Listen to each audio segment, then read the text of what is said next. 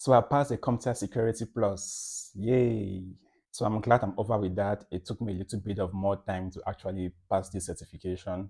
I studied for a very long time, over a year, and I decided that, okay, now was the time for me to write it as the 701 was coming out. So let's get to it. In the exam, I had 82 questions, 3 performance-based questions, and the rest was multiple choice. And the first performance-based question I had was from a topic I have never ever seen before. I don't even know if that was part of the Security Plus exam. I literally had to guess every step of that PBQ. And after seeing the first PBQ, I was panicking. I literally had to skip all of them to start going into the multiple choice questions before coming back.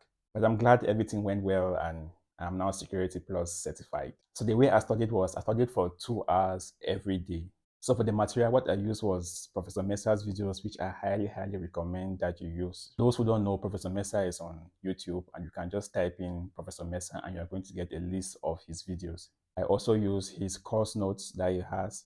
And I read a little bit of Daryl Gibson's book. I didn't read that much, but I read a little bit on Daryl Gibson's book on the topics that I knew I had a certain weakness for. So for practice test questions, I use Professor Mesa's own. Professor Mesa has a very good library of questions that he has made himself and explanatory answers to the questions, which I think is very close to the exam. I also use Jason Dion's questions on Udemy. I bought them. From my experience, Jason Dion's questions were very difficult. If you can score maybe 70 there, then I'm sure you are really good to go for the exam. I'm sure you need to score about 90 on his questions. I've never reached 90 on his questions. I had at least, I'm sure the most I've had there was 82, but at least I still passed the real exam. So if you can score high there, then I'm sure you have a very good chance of actually passing the exam. The questions are really difficult. I also use Quizlet to learn most of those acronyms. The acronyms are just too many. I use Quizlet for acronyms and port numbers. If you are scoring high on Professor Mesa's exam questions, if you are doing really good on Jason Dion's exam questions, then I'm sure you're good to go.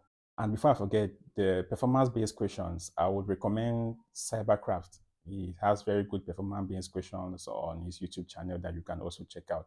The 601 is retiring and the 701 is coming up. So I've been studying for the 601. I would recommend you get that really fast before it expires. So what's next for me? Next for me is I'm going to be doing a lot of labs and I'm going to be documenting most of the labs that I do here. And later on, I'm going to start applying for jobs. Because just having a Security Plus alone doesn't really guarantee you a job placement if you don't have the skills or if you don't demonstrate that you at least have the skills. So I'm going to be doing a lot of labbing. And since I'm interested in doing the defensive part, I have started TryHackMe. I'm going to be doing the SOC Level 1 certification. So I've started that already. So I hope everything goes well from there. If you love cybersecurity content, of course, follow me. And I'm going to be posting more stuff regularly from now.